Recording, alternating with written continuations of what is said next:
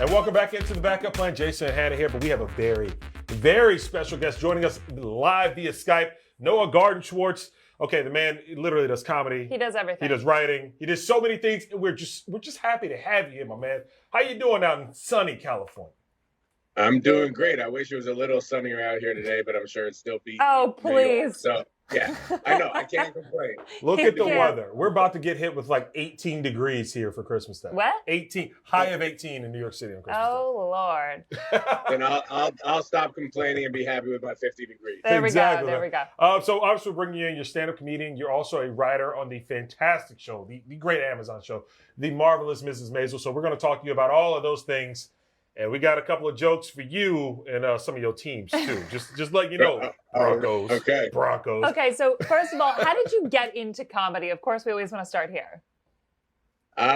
So as I was talking to you before, I was a lifelong basketball player. That's all I cared about. And then when I got hurt in college, I had to find a new passion and started doing like different forms of creative writing. And comedy was just kind of the one that took. It all started at an open mic at a taco restaurant. So. Okay, so there's a lot of stories. Every comedian has that like aha moment, but an open mic taco restaurant. As you were injured, so you played basketball at Emory, correct? I played at Emory my freshman year and got hurt, and that's when I started deciding to focus my energies elsewhere. Yeah. And how was that breaking into the comedy scene? And then obviously where it's taking you so far, whether it's, Conan O'Brien, late night, other TV shows, streaming shows.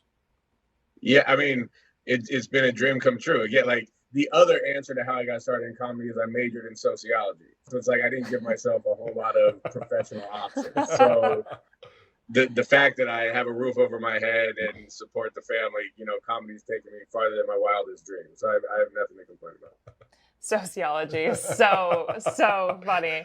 I loved my sociology class. Like, please, that was the best time. Okay, but I want to talk a little bit about The Marvelous Mrs. Maisel. I just have to say, I'm a huge fan of the show. It's available right here on Prime Video, and we're huge fans of the show on the network. So you're a writer for the show, and the thing that's really interesting about the show is it's a mix of comedy, family, and it really stays true to its time. So tell me about your process in writing for that show.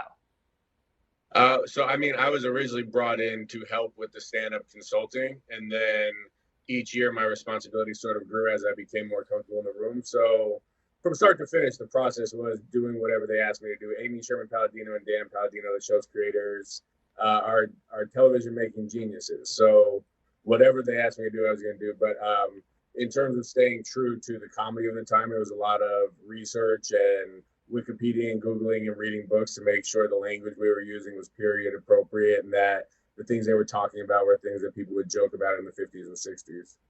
So it's interesting because like as a comedian, you're used to writing your own jokes or you find a collective of people you work with and you're comfortable with them. But like in this situation, there's so many other writers, so many other, hands in the pot, if you will.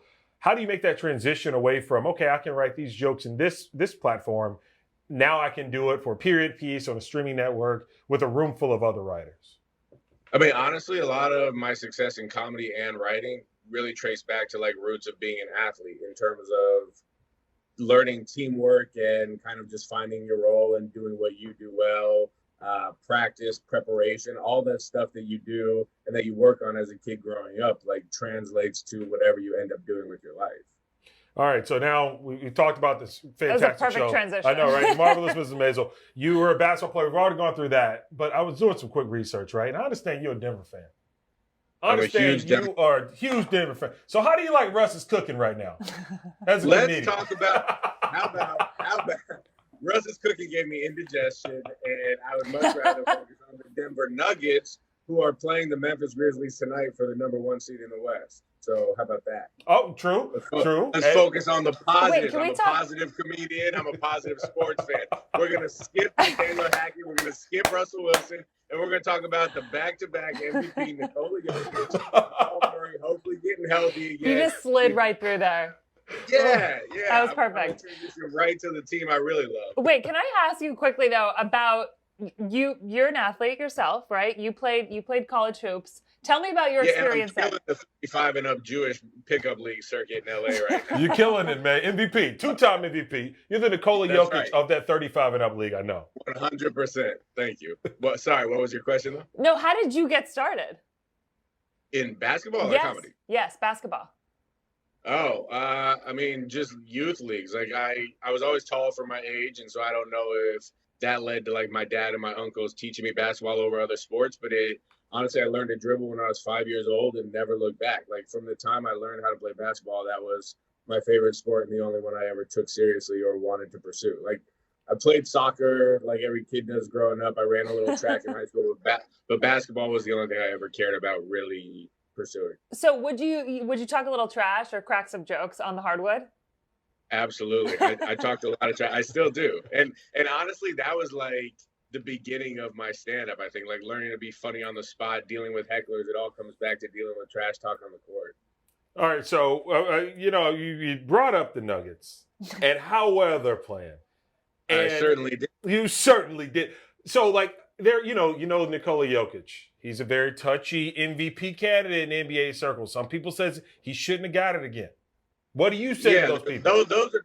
Those people are called either casuals or haters. One of those two groups. Because if you watch the man play every night, you realize what a magician he is out on the court. Yeah, you know what? One of the players that really I enjoy watching out there is Jamal Murray. Obviously, he was injured. We missed him for that season, but to see him back now, getting back to his form, that's as much as I love Jokic. That's one of the guys where when I sit back, I'm like, let me see more Jamal Murray play. 100%. And as great as Jokic is, I think we're only going to go as far as Murray can take us. I mean, obviously in today's MVP, you can't do it alone. You need that second or third guy, and Murray is absolutely that for us. So, I'm excited. Hopefully they can all stay healthy and we can make a run. All right, and another guy I understand you're interested in. And once again, it's not Denver related, not Atlanta, but Caleb Williams at USC. Sanders? Deion, you're a Buffaloes fan? I thought we were a Trojan fan. No, I'm not. No, I'm Colorado through and through. Oh, wow. All right. Okay. I stay loyal to the soil. All right. Okay. A little Bay Area. I respect that. So what do you make of Prime coming out there? Yeah. I mean, I think it's huge for the program. I grew up when the Buffs were, I think we won a national championship when I was 8 or 9. So I grew up as a kid with a really good program that for the last 2 decades has gone from like irrelevant to embarrassing. And so I think for Prime to come in and energize the fan base, bring in some 4- and 5-star recruits and make us relevant in the Pac-12 is going to be huge. Yeah, it's going to be an interesting situation, though, with the Pac-12. Obviously, USC, UCLA leaving. But, this, I don't want to say it makes it easier for Colorado, but now you're taking a look and you're like, okay, well, right now it's only Oregon and Washington you really have to worry about as far as trying to win that conference again. Right.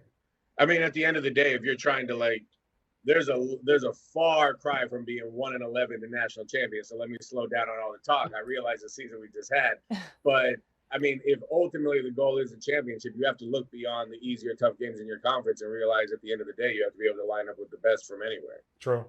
So outside of your Denver fandom, what's really next for you in the comedy world? So we just wrapped on writing and shooting the next season of Maisel, which will be coming out in 2023. So oh my gosh, I cannot wait.